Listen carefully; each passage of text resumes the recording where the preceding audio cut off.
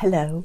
I know that the year 607 is extremely controversial, and I'll try to resolve the conflict, but I'd like us to take away two important things from today's video. One is that the Bible is always correct, and if we don't think it is, it's because we're not looking at it properly.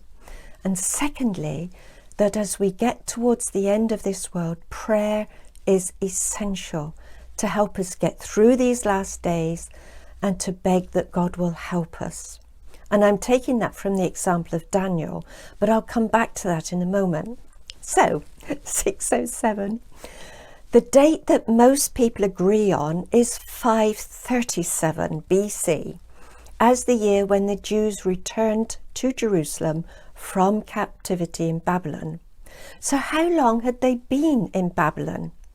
Now in Jeremiah 25, and I'll put all references below, Jeremiah said that the Jews would serve the king of Babylon for 70 years. And Daniel, in Daniel chapter 9, said that towards the end of his career, he was perusing the scriptures, counting over the number of years that were to pass before the successive devastations, I'll repeat that, the successive devastations of Jerusalem would come to an end, namely 70 years.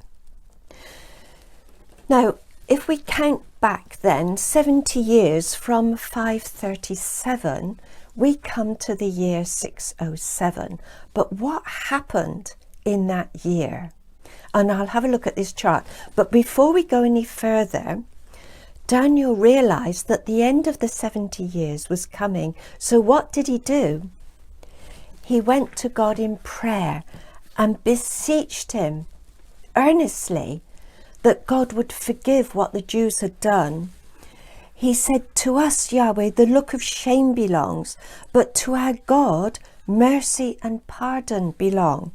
And verse 18, he said, "We're not relying on our own good works, but on God's great mercy, and we commend our humble plea to God."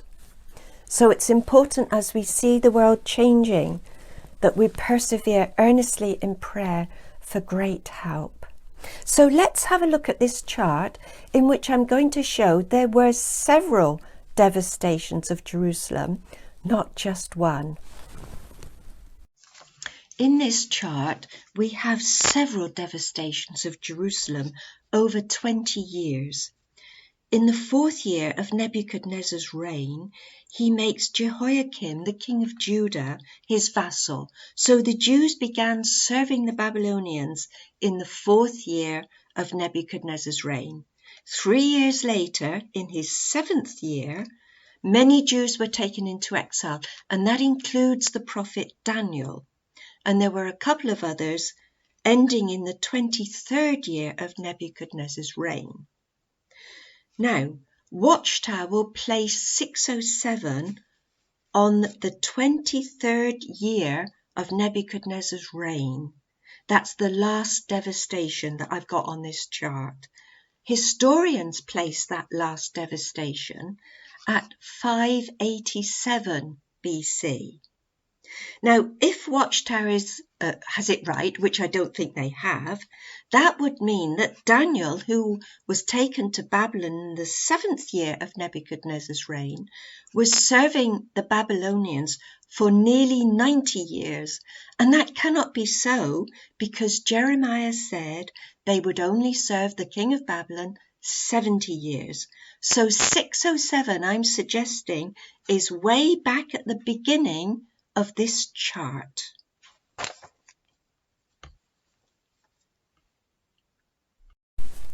So, if 607 is the beginning of the 70 years of them serving Babylon, then we can possibly count the 7 times of the Gentiles, or the 2,520 years, as both Watchtower and others would have it.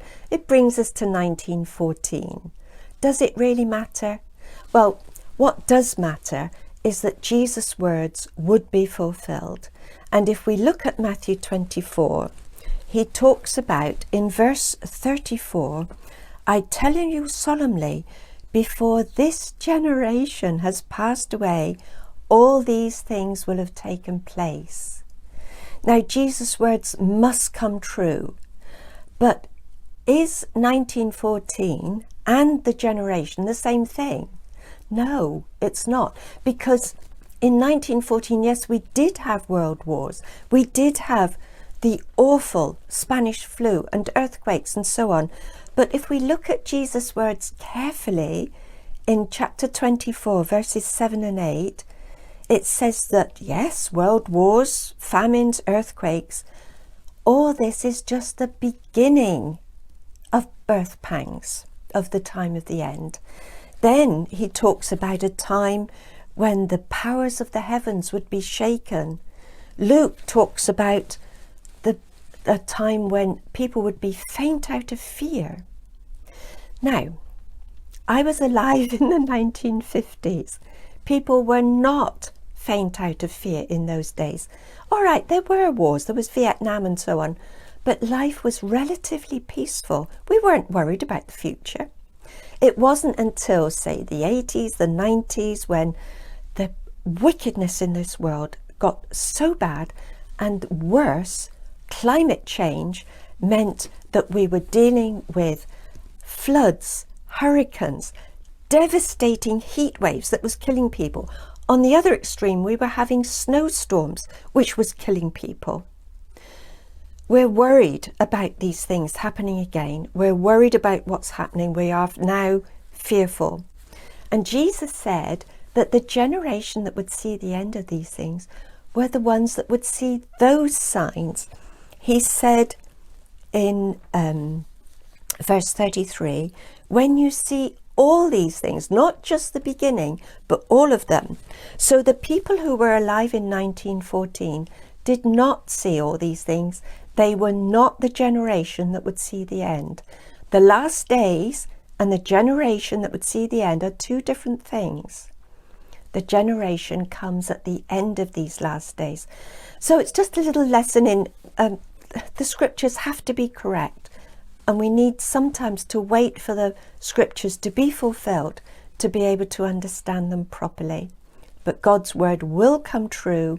We can be assured that the kingdom is definitely coming, but we need prayer, earnest prayer, to get us through these very difficult last days. Thank you so much for watching, and God bless.